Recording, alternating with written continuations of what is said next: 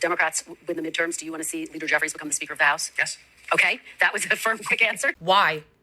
Why? I really need one of the people in the press to ask a follow-up question. I want to know why. I want them to explain why. Why should Hakeem Jeffries, or Chuck Schumer for that matter, get rewarded for their failure? This is what the so-called leader said at the beginning of Trump's term when he was asked how the Democrats were planning on fighting back. Figure out what leverage we actually have. What leverage do we have? They control the House, the Senate, and the presidency. It's their government.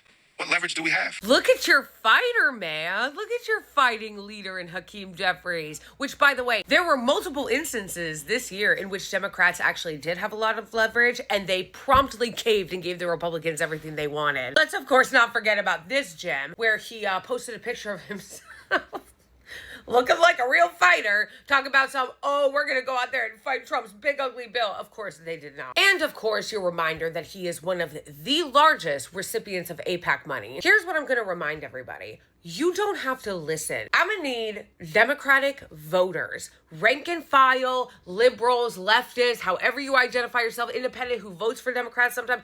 I need you to stop allowing them to tell you how to think. The era of, a Democrat told us that we need to support this person, so we're just gonna get in line, bow our heads, be subservient, because they go rah-rah unity. Those days need to be over. Mamdani didn't have to say yes. He could have just avoided the question like he did. I am hopeful about Mamdani being mayor. However, that doesn't mean that I have to agree with everything he says. And he is wrong about this. Putting aside that I will not vote for somebody or support somebody that is actively supporting a fucking genocide as a leader of the party, which doesn't even make sense because if you actually look at polling of rank and file voters who are Democrats, it's like 8% that still support Israel. So why does the party want to have somebody that is not representative of the majority of their voters as a leader? That don't make no fucking sense now, does it? So you'll talk about how you're the party of democracy, but then you're going to have a leader of the House that is not representative of the majority of Democratic voters? Everybody understands the concept of if you keep doing the same shit, you're going to keep getting the same results.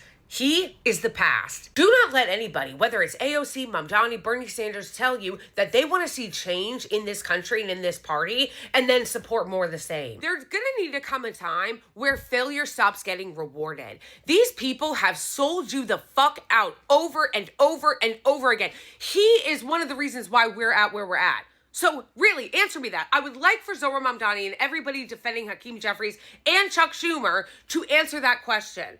Why is it that people who brought us to the brink that we are at now in our country are going to be rewarded again with leadership positions?